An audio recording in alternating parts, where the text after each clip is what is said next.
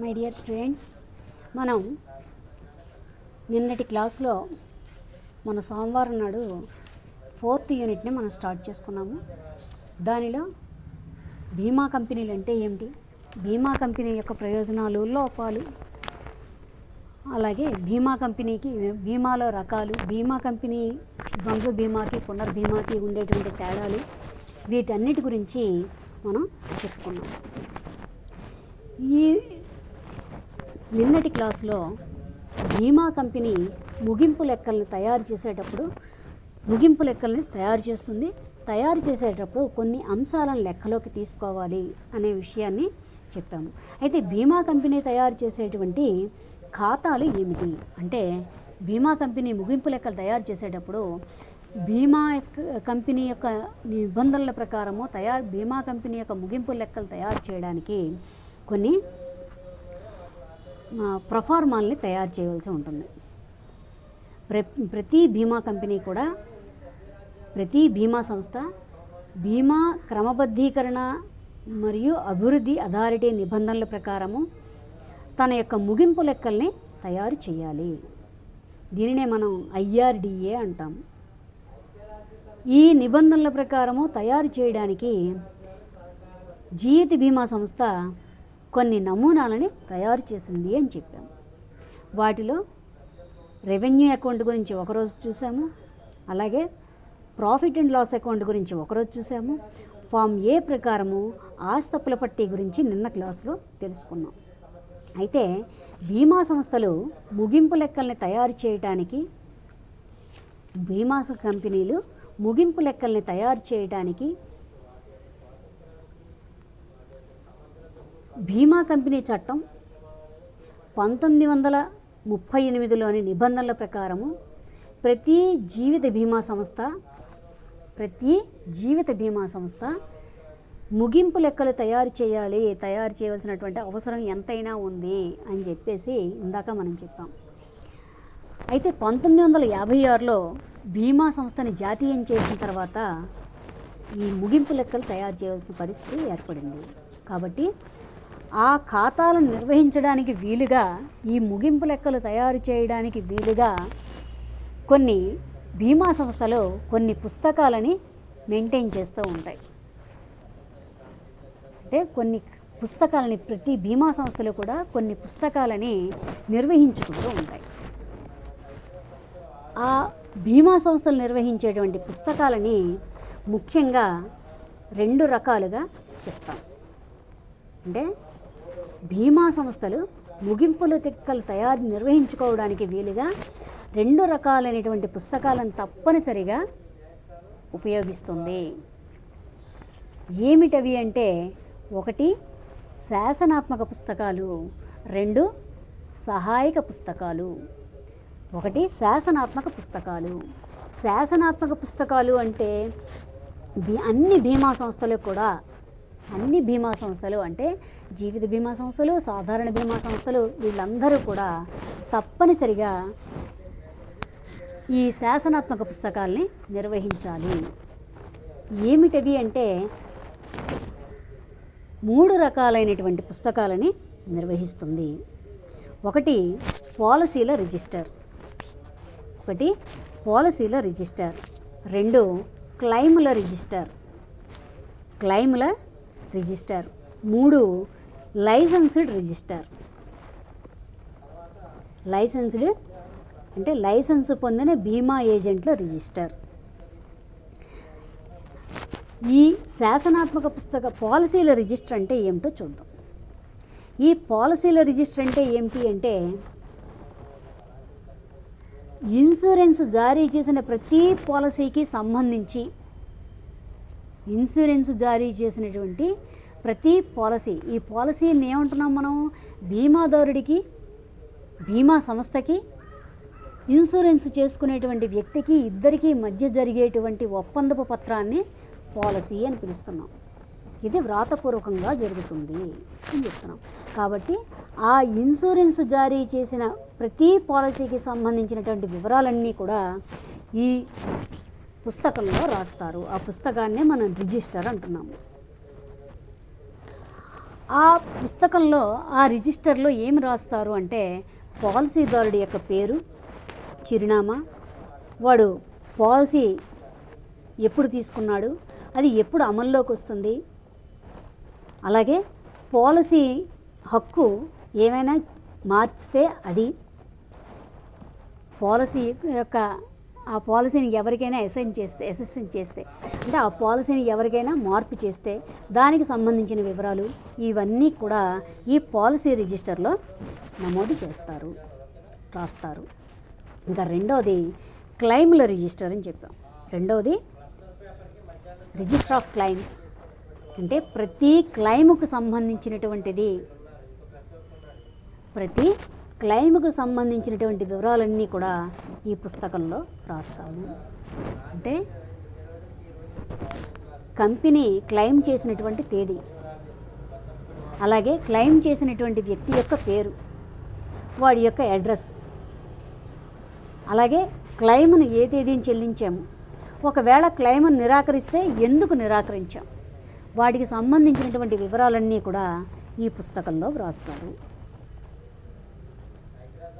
ఇంకా మూడోది ఏమంటున్నాము, register of licensed insurance agents. License పొందినటువంటి బీమా ఏజెంట్ల యొక్క పేర్లని ఈ పుస్తకంలో పొందుపరుస్తాము. ఈ రిజిస్టర్లో బీమా ఏజెంట్ యొక్క పేరు, వాడి యొక్క అడ్రస్సు, వాడు ఎటువంటి వ్యాపారాన్ని, ఇన్సూరెన్స్ వ్యాపారాన్ని, బీమా వ్యాపారాన్ని చేస్తున్నాడు, వాడికి సంబంధించినటువంటి, వాడికి చెల్లించేటువంటి కమిషన్, వాటికి సంబంధించినటువంటి వివరాలన్నింటినీ కూడా ఇందులో రాస్తాము. ఇవి శాసనాత్మక పుస్తకాలు అంటున్నాం. ఇవి ప్రతి బీమా సంస్థ తప్పనిసరిగా, అంటే సాధారణ బీమా కానీ, జీవిత బీమా కానీ, అన్ని బీమా సంస్థలు కూడా ఈ పుస్తకాలని తప్పనిసరిగా నమోదు చేయాలి, నిర్వహించాలి. ఇంకా సబ్సిడరీ బుక్స్ అంటే సహాయక పుస్తకాలు. ఏమిటి సహాయక పుస్తకాలు అంటే, బీమా సంస్థ ఈ శాసనాత్మక పుస్తకాలకి సంబంధించిన వాటితో పాటు కొన్ని రిజిస్టర్లని కూడా తయారు చేస్తుంది. ఈ రిజిస్టర్లు కొన్ని ఖాతాలు తయారు చేయడానికి బీమా సంస్థలకి ఉపయోగపడుతూ ఉంటాయి. ఏమిటా రిజిస్టర్లు అంటే, ఒకటి రిజిస్టర్ ఆఫ్ ప్రపోజల్స్, ప్రతిపాదిత రిజిస్టరు అంటాం. అంటే ప్రతిపాదిత రిజిస్టరు అంటే మనం బీమా సంస్థతో ఒప్పందాన్ని కుదుర్చుకోవడానికి, ప్రపోజల్ చేయడానికి పెట్టినటువంటి ఒప్పంద పత్రం రిజిస్టర్. అలాగే advance cash book, proposal advance cash book, ప్రతిపాదనల అడ్వాన్స్ నగదు పుస్తకము, ప్రతిపాదనల అడ్వాన్స్ నగదు పుస్తకము అంటాం దీన్ని, ప్రపోజల్ అడ్వాన్స్ క్యాష్ బుక్. ఇంకా రెండవది first year premium cash book. మొదటి సంవత్సరం వాడు వాయిదా బీమా సంస్థకి మొదటి సంవత్సరం చెల్లించేటువంటి వాయిదాలన్నింటినీ ఆ పుస్తకంలో, ప్రతి బీమాదారుడు మొదటి సంవత్సరం చెల్లించేటువంటి వాయిదాలన్నింటినీ ఆ పుస్తకంలో నమోదు చేస్తారు. ఇంకా నెక్స్ట్ ఇంకొక రిజిస్టర్ ఏమిటది, రెన్యువల్ ప్రీమియంల రిజిస్టర్. అంటే ప్రతి వాయిదాలని బీమా సంస్థగా చెల్లించేటువంటి మన ఇన్సూరెన్స్ పాలసీని ప్రతి సంవత్సరము రెన్యువల్ చేయించుకుంటూ ఉంటాం. దానికి సంబంధించినటువంటి నగదు వివరాలన్నీ దానిలో నమోదు చేస్తారు. అది రెన్యువల్ ప్రీమియంల నగదు పుస్తకము. ఇంకా ఏజెన్సీ మరియు బ్రాంచీల నగదు పుస్తకం. ఏజెన్సీ మరియు బ్రాంచీల నగదు పుస్తకం. ఏజెన్సీ మరియు బ్రాంచీల నగదు పుస్తకం అంటే renewal premium cash book. Agency మరియు బ్రాంచీల నగదు పుస్తకము అంటే వివిధ విభాగాల ద్వారా, బ్రాంచీలకి నగదు పుస్తకము, ఆ వివిధ బ్రాంచీల యొక్క నగదు పుస్తకాన్ని మెయింటైన్ చేస్తారు. ఇంకా ఏం చేస్తారు, చిల్లర నగదు పుస్తకము. మనం మామూలుగానే అకౌంటింగ్లో కూడా పిట్టి క్యాష్ బుక్ అని తయారు చేస్తూ ఉంటాం. అలాగే బీమా సంస్థ కూడా కొన్ని చిల్లర ఖర్చుల చిల్లర ఖర్చులు అంటే కొన్ని కార్య సంస్థకి కావాల్సినటువంటి కొన్ని చిల్లర ఖర్చులు పెడుతూ ఉంటుంది. ఆ చిల్లర ఖర్చులన్నీ చూపించడానికి ఇతర ఖర్చులు అని మనం నమూనాలో చూసాం, ఇతర వ్యయాలు అని, అన్నీ ఈ చిల్లర పుస్తకంలో నమోదు చేస్తుంది. ఇంకా క్లైముల క్యాష్ బుక్. క్లైముల క్యాష్ బుక్ అంటే ఏమిటి అంటే క్లైముల నగదు పుస్తకం.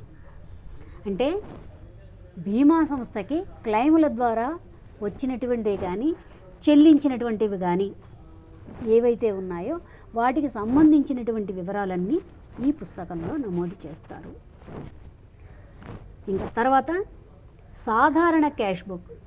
అంటే ఈ క్యాష్ బుక్లో ఇందాక మనం చెప్పుకున్నట్టుగా ఏవైతే ఉన్నాయో అన్నీ ఏమని చెప్పాము, ఇందాక 6 అంశాలు చెప్పాం. ఏమిటివి? ప్రతిపాదిత ప్రపోజలు అంటే రిజిస్టర్ ఆఫ్ ప్రపోజల్స్, ప్రతిపాదిత రిజిస్టర్. అలాగే ప్రపోజల్ అడ్వాన్స్ క్యాష్ బుక్, ప్రతిపాదనల అడ్వాన్స్ నగదు పుస్తకం. అలాగే అంటే మనకి ఏజెంట్లు వచ్చి పాలసీలు తీసుకోమని మనని ప్రెషర్ చేస్తూ ఉంటారు. వాళ్ళని కలిసినట్టుగా రాసుకునేటువంటి పుస్తకం. అలాగే వాళ్ళు దాన్ని యాక్సెప్ట్ చేస్తూ ఉంటారు. అలాగే యాక్సెప్ట్ చేసినటువంటి వివరాలు వాటికి అలాగే ఎవరైతే ప్రపోజ్ చేశామో ఆ ప్రపోజల్కి అడ్వాన్స్ కొంత కడతారు. దానికి అవి ఇలాంటివన్నీ ఇందులో రాస్తాము అని చెప్తున్నాం. అలాగే మొదటి సంవత్సరం ప్రీమియంల నగదు పుస్తకం, అలాగే రెన్యువల్ ప్రీమియంల నగదు పుస్తకం, బ్రాంచ్ నగదు పుస్తకం, చిల్లర నగదు పుస్తకం, క్లైముల యొక్క నగదు పుస్తకం, ఈ అంశాలన్నింటినీ ఈ జనరల్ క్యాష్ బుక్లో వ్రాస్తారు. ఈ 6 అంశాలకు సంబంధించినటువంటి వివరాలన్నీ ఇందులో సంక్షిప్తంగా నమోదు చేయవలసినటువంటి అవసరం ఉంది. ఇంకా తర్వాత బ్యాంకు నగదు పుస్తకం. ఇంకొక అంశం ఏంటండి? బ్యాంకు నగదు పుస్తకం. అంటే బ్యాంకుతో ట్రాన్సాక్షన్స్ ఏమైనా చేస్తే కనుక చెక్కు ద్వారా డీడీలు ఇలాంటివి ఏవైనా చేస్తే వాటికి సంబంధించినటువంటివన్నీ ఇందులో. ఇంకా కమిషన్, ఏజెంట్లకు ఇచ్చేటువంటి కమిషన్, ఇలాంటి కమిషన్లు ఏమైనా ఉంటే ఈ కమిషన్ రిజిస్టర్లో రాస్తారు. ఇంకా ముఖ్యమైనటువంటిది కాలదోషం పట్టిన లేదా రద్దు చేసిన పాలసీల పుస్తకం. మనం ఏం చేస్తాము అంటే ఏజెంట్ వచ్చిన తర్వాత ఏజెంట్తో సంప్రదింపులు జరిపిన తర్వాత పాలసీని తీసుకున్న తర్వాత 1 వాయిదావో 2 వాయిదాలో కట్టి మనకి డబ్బులు కుదరకపోవడమో లేకపోతే ఇంకోటో జరుగుతుంది. అప్పుడు మన పాలసీలని టైం అయిపోతుంది దానికి. అలాంటి పాలసీలు ఏమైనా ఉంటే వాటికి సంబంధించినటువంటి వివరాలన్నీ ఈ పుస్తకంలో రాస్తారు.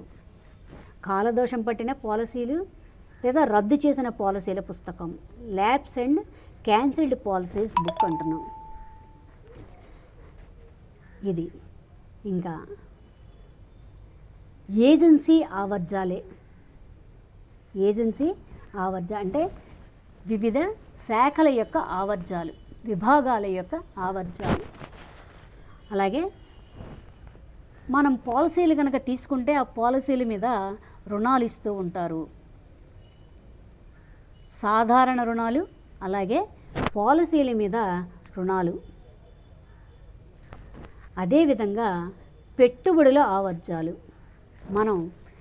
మన దగ్గర నుంచి పాలసీల రూపంలో, ప్రీమియంల రూపంలో తీసుకున్నటువంటి మొత్తాలను తీసుకెళ్ళి బీమా సంస్థలు, వివిధ సంస్థల్లో బ్యాంకులు ఎలా అయితే పెట్టుబడి పెడతాయో అలాగే ఈ బీమా సంస్థలు కూడా వివిధ పారిశ్రామిక సంస్థల్లో వివిధ పెట్టుబడులు, పారిశ్రామిక సంస్థలనే కాదు పెట్టుబడి లాభాలు వచ్చేటువంటి వాటిలో పెట్టుబడులు పెడుతూ ఉంటాయి. వాటికి సంబంధించినటువంటి పుస్తకము ఈ పుస్తకాలన్నింటినీ మెయింటైన్ చేస్తుంది. ఏ పుస్తకాలు నిర్వహిస్తుందండి అంటే బీమా సంస్థలు నిర్వహించేటువంటి పుస్తకాలు 2 రకాలైనటువంటి పుస్తకాలు నిర్వహిస్తుంది. ఒకటి శాసనాత్మక పుస్తకాలు, 2 సహాయక పుస్తకాలు. శాసనాత్మక పుస్తకాల్లో పాలసీల రిజిస్టర్, అలాగే క్లైముల రిజిస్టర్, అలాగే లైసెన్సు పొందినటువంటి బీమా ఏజెంట్ల యొక్క వివరాలు రిజిస్టర్ ఇవి ఉంటాయి. ఇంకా సహాయక పుస్తకాల్లో ఏముంటాయి అంటే మొదటి సంవత్సరం ప్రీమియం పుస్తకాలు, రెన్యువల్ ప్రీమియం పుస్తకాలు, అలాగే బ్రాంచ్ నగదు పుస్తకాలు, అలాగే ప్రతిపాదిత రిజిస్టర్లు, చిల్లర నగదు పుస్తకం, బ్యాంకు నగదు పుస్తకం, కమిషన్ రిజిస్టరు, ఇలాగా పాలసీల మీద రుణాలు, సాధారణ రుణాల ఆవర్జ, పెట్టుబడుల ఆవర్జాలు, ఇలాంటి పుస్తకాలన్నింటినీ, సహాయక పుస్తకాలన్నింటినీ కూడా నిర్వహిస్తుంది. వీటిని నిర్వహించడం వల్ల బ్యాంకు ముగింపు లెక్కలని తయారు చేసుకోవడానికి కొంత వెసులుబాటు అనేటువంటిది కలుగుతుంది. ఈ ఖాతాలు నిర్వహించడం వల్ల బీమా సంస్థలు ముగింపు లెక్కల్ని సులువుగా తయారు చేసుకోగలుగుతాయి.